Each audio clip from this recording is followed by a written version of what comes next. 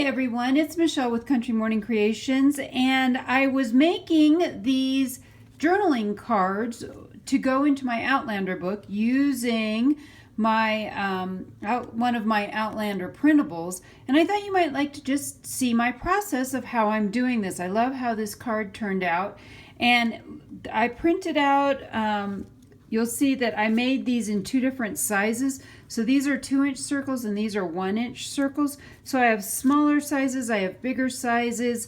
I'm actually using book page from the actual original Outlander book. My son gave me the book originally and I read it, and then my mom gave me a whole new set, so I don't feel bad tearing that one up because I don't need it anymore. But I thought you might want to just see how I'm doing this. So I'm going to set this aside. I want that to kind of be my guide. The first thing I did was I also printed out a full sheet. This is the tartan. It's just something that I made up. It's not the official tartan from Outlander or anything like that. It's just in some of the similar colors. So I'm not breaking copyright. That was the important thing to me. I don't want to break any copyright. I'm going to glue, I printed this out on a really lightweight cardstock that's white.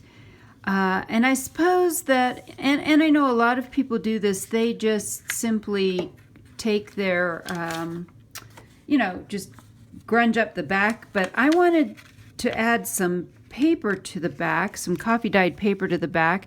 One, it's going to help strengthen this and make it a little bit heavier kind of cardstock. Oops, didn't quite get that on straight. I'm trying so hard to get it on straight. The nice thing about a glue stick is it's got a little bit of time that if I need to, I can shift things just a wee bit and get it to go on more flat. There we go. Now I have it on. So now I have the paper, and I'm going to do just a wee bit of trimming because it looks like, although I thought I cut these all the same size, it looks like they aren't. So I'm going to trim this off a little bit, and it may have been that it wasn't exactly straight when I cut it. Sometimes that happens too. Now I have my paper on the back and I have the cardstock on the front, and it's stabilizing out. I'm going to distress the edges real quickly.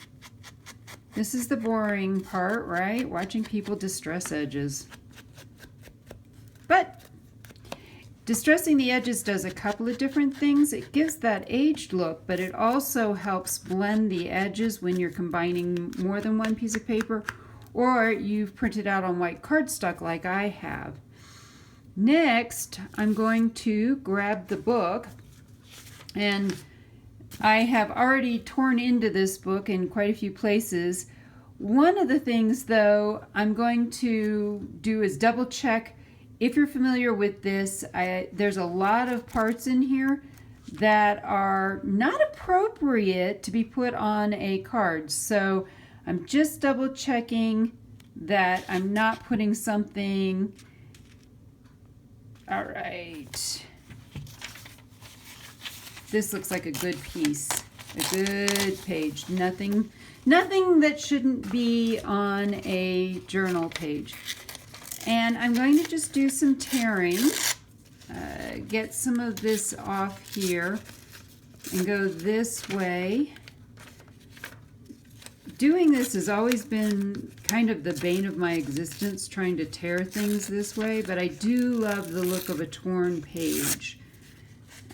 So we're going to take the time to tear these. And I'm not sure why, but it seems to tear straighter this way, and this way gets really not so straight. So I'm going to just try to go real slowly this time and do this so it's not quite, and I'm sure it has to do with the way the fibers run in a page.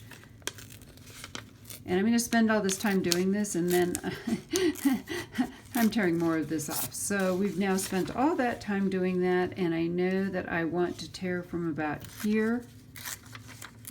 And we're going to just tear on a diagonal now, across, and go to about there. Perfect. Again, inking the edges. And there's a couple of different ways to do this, and sometimes one way works better. This paper is so lightweight, I'm going this direction instead of the typical hold it in your hand and do it the way I did the other pieces. The point is just to make the edges look a little more weathered and worn. With this, I'm going to flip it over now, and I'm using a glue stick again, so you'll see me use a couple of different things for this project, different types of glues, and it depends on what I'm gluing to what.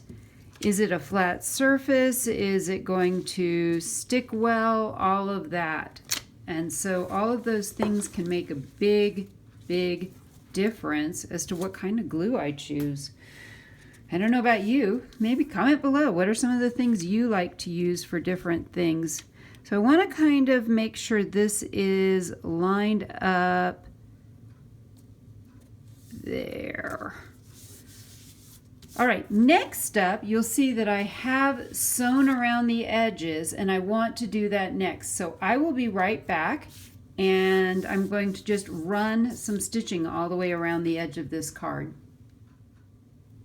So I've run some zigzag stitching all the way around the edge. Obviously, if you don't have a sewing machine, don't worry about the sewing. It's just a little extra decorative. Plus, I personally feel like it helps hold the two pieces of paper together better. That's just me personally. Now, the next thing is I want to choose, I've got a couple of different options here. I have some of these kinds of tickets, but I also have made, these are kind of sort of a large stamp. And I think I'm going to use the dragonfly on this.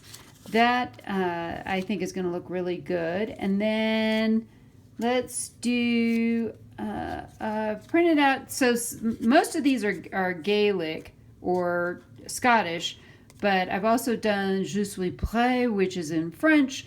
So these are all different words that are put together that are part of the book that people know as sayings, but again, not copyrighted because they're things that people in Scotland say all the time.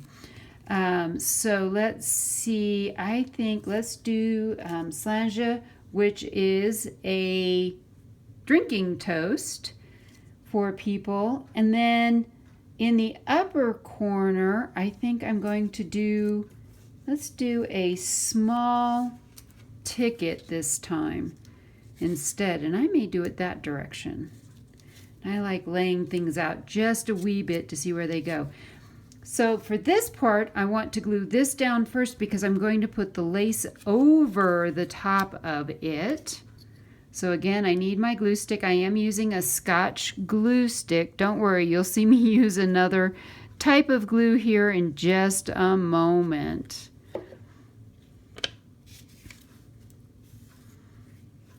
But I want to grab my lace. So this is actually lace that I've taken and coffee dyed again. But I want this to be a little bit up high. Let's see, about right. That seems like a good place. I mean, there's not an exact science to this, so it's more or less just looking at it saying, okay, that will work. I do like to cut my lace between repeating patterns. I don't like to cut them in half.